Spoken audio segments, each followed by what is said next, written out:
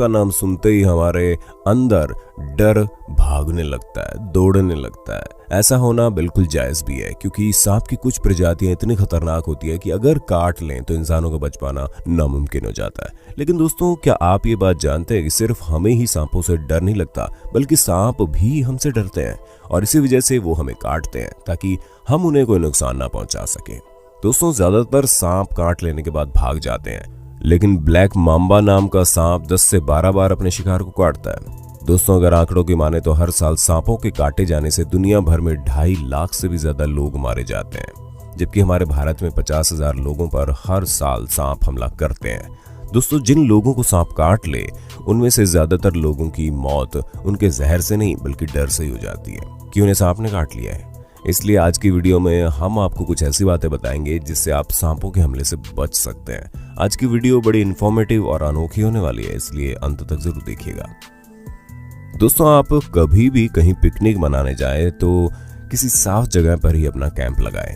किसी झाड़ी, लंबी घास फूस या कूड़े कबाड़े के पास कैंप मत लगाइए, क्योंकि ज्यादातर सांप ऐसी जगहों पर ही छुपे रहते हैं, क्योंकि ऐसी जगह उन्हें सूर्य की गर्मी से बचाती है और इन जगहों पर वो आराम करते हैं। और दोस्तों, अगर आप कभी भी किसी जंगल जैसी जगहों पर जाएं जहां पर घास वगैरह हो तो हमेशा जूते और जीन्स पैंट पहन कर ही जाएं, क्योंकि ये चीजें आपको सांप के विष से बचा लेंगी। और अगर सांप आपको काट भी ले तो वो अंदर तक नहीं पहुंच पाता, क्योंकि उसे जीन्स या जूते की चमड़े की परत से गुजरना पड़ता है।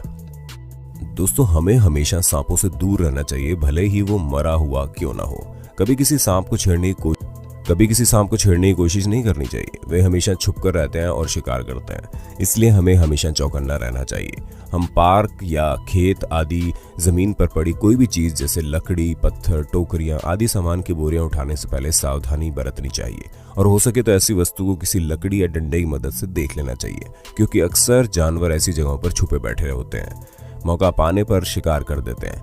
ऐसा कई बार हमारे घरों में भी हो जाता है, और जब हम घर की सफाई के लिए सामान हटाते हैं तब कोई ना कोई जानवर छुपा मिलता है। दोस्तों, मेरे साथ भी ऐसा हुआ था। बचपन में जब मैं 10 साल का था तो हमारा कच्चा मकान तोड़कर हम पक्का बना रहे थे, तो जैसे ही मैंने वो ईंटें से भरा हुआ बट्ठल उठाया तो बट्ठल के नीचे एक हाथ जितना लंबा सांप था। मैं तो डर के मारे उछल गया था भाई साहब। ये रियल घटना है। तो दोस्तों, आपको भी कोई जानवर सफाई के दौरान मिला है? अपना जवाब हमें कमेंट बॉक्स में जरूर दीजिएगा। दोस्तों, हमें हमेशा अपने बच्चों को ये बात समझानी चाहिए कि किसी भी जानवर से छेड़छाड़ ना करें, चाहे वो सांप हो या अन्य कोई जानवर, क्योंकि कई बच्चे जोश जोश में जानवरों को पकड़ने की कोशिश करते हैं। हालांकि कुत्ते बिल्ली जैसे जानवर तो उन्हें नुकसान नहीं पहुंचाएंगे, लेकिन सांप जरूर उनके लिए खतरा हो सकता है। इसलिए उन्हें ये सिखाना बहुत जरूरी है कि वो किसी भी जीव के साथ खिलवाड़ न करें। और कभी अगर आपका सामना सांपों से हो जाए तो आप उनसे लड़ने की कोशिश मत कीजिए, बल्कि उनसे दूर भागने में आपकी समझदारी है, क्योंकि कोई भी सांप तब तक आप पर हमला नहीं करेगा जब तक उसे ये महसूस नहीं हो कि उसे कोई खतरा है आपसे। दोस्तों, वैसे तो सांप सुन नहीं सकता, वो देख सकता है और वो वाइब्रेशन यानी कंपन महसूस कर सकता है। इसलिए अगर कभी भी सांप आपके पीछे पड़ जाए तो सीधा ना भागे, हमेशा जिग जैग पैटर्न में भागे, क्योंकि कोई भी सांप जिग जैग पैटर्न में आपका पीछा ज्यादा देर तक नहीं कर पाएगा।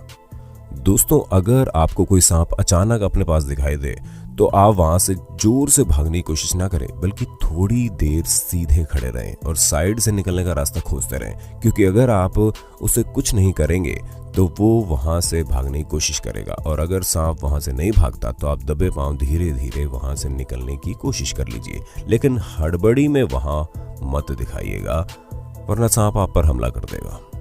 पाइथन सांप सीधे चलते हैं और अन्य सांप टेढ़े मेढ़े, लेकिन हमारे भारत का कोबरा फन मारकर शिकार करता है। दोस्तों, हम मानते हैं कि आजकल सोलो ट्रिप यानी कि अकेले घूमने का बड़ा चलन है, लेकिन कई हद तक ये खतरनाक भी हो सकता है। अगर हो सके तो कम से कम एक व्यक्ति जरूर अपने साथ ट्रिप पर ले जाइए, लेकिन अक्सर जंगलों की ट्रिप पर कई सारे जानवरों से सामना भी हो जाता है और सांप उन जानवरों में से एक है जिससे जंगलों में सामना होना निश्चित है।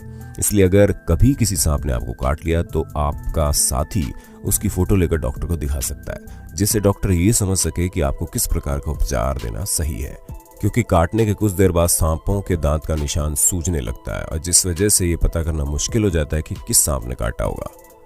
दोस्तों, अगर सांपों के काटने के लक्षण के बारे में बात करें तो हमें घाव पर एक जोड़ी पंचर के निशान मिलेंगे और घाव के निशान पर सूजन आ जाएगी और वह जगह लाल भी हो जाएगी। मरीज को उल्टी आने लगेगी और उसकी सांस लेने की क्षमता भी कम होने लगेगी। उसे आंखों से देखने में भी परेशानी होने लगेगी। दोस्तों, उसके मुंह से लार निकलने लगेगी और अधिक मात्रा में पसीना आना शुरू हो जाएगा। इसके बाद शरीर के अंग धीरे धीरे सुन्न होने लगेंगे। दोस्तों, हमें पता है आपके मन में ये सवाल चल रहा होगा कि अगर सांप काट ले तो क्या किया जाए।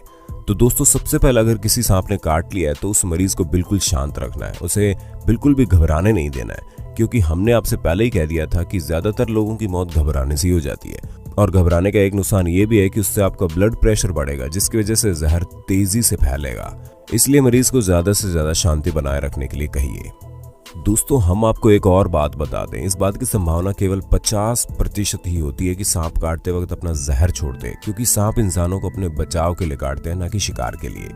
इसलिए कई बार सांप अपना जहर इंसानों पर इंजेक्ट नहीं करते। और अगर किसी सांप ने आपको काट लिया है तो आप उस सांप का रंग, रूप, उसकी लंबाई, उसका फन किस तरह का था, उसका चेहरा सब याद रखने की कोशिश कीजिए, क्योंकि सांप की नस्ल के हिसाब से ही मरीज को हॉस्पिटल में एंटी वेनम डोज दी जाती है। दोस्तों, सांपों का एंटी वेनम डोज ज्यादातर सरकारी अस्पतालों में होता है, इसलिए सबसे पहले अपने इलाके के किसी बड़े सरकारी अस्पताल में दिखाइएगा। सांप के काटने के बाद मरीज को ज्यादा हिलने डुलने की कोशिश नहीं करनी चाहिए और जितना हो सके अपने दिल की धड़कनों को शांत रखने की कोशिश करनी चाहिए। और अगर काटने वाले स्थान पर सूजन आ जाती है तो हमें कपड़ों को उतार देना चाहिए। साथ में हमें रिंग या घड़ी भी उतार देनी चाहिए, जिससे खून का दौड़ाव सही प्रकार से हो सके। दोस्तों, हमें घाव पर काटने या चीरा लगाने की कोशिश भी नहीं करनी चाहिए, क्योंकि इससे इन्फेक्शन हो सकता है और वो जहर ज्यादा मात्रा में फैल जाएगा। और जैसा कि हमें हमारी फिल्मों में दिखाया जाता है कि सांप ने जिसको काट लिया होता है उसके जहर को मुंह से निकाला जाता है, ये बहुत ही बड़ी बेवकूफ़ी है। दोस्तों, ऐसा कभी नहीं करना चाहिए, वरना मरीज के साथ साथ उस घाव पर मुंह लगाने वाले को भी काफ़ी तकलीफ होगी। और दोस्तों, हमें घाव के आगे पीछे कोई भी चीज़ नहीं बांधनी चाहिए। अक्सर लोग ऐसा करते हैं क्योंकि उन्हें लगता है कि इससे जहर नहीं फैलेगा, लेकिन इसके नुकसान भी हो सकते हैं। हमें घाव पर बर्फ़ की सेक करनी चाहिए। हमें केवल घाव को साफ पानी से धोना है और साफ कपड़े की पट्टी से घाव को हल्का सा लपेट देना है और जितनी जल्दी हो सके मरीज को अस्पताल ले जाने की कोशिश करनी है। दोस्तों, हमें मरीज को पानी के सिवा और कोई भी चीज बिना डॉक्टर से पूछे नहीं देनी चाहिए, क्योंकि उससे ब्लड प्रेशर बढ़ सकता है, जिस कारण जहर तेजी से फैल सकता है। दोस्तों, कुछ सांपों का जहर साइटोटॉक्सिक होता है। ये जहर हमारी जीवित कोशिकाओं को नुकसान पहुंचाता है।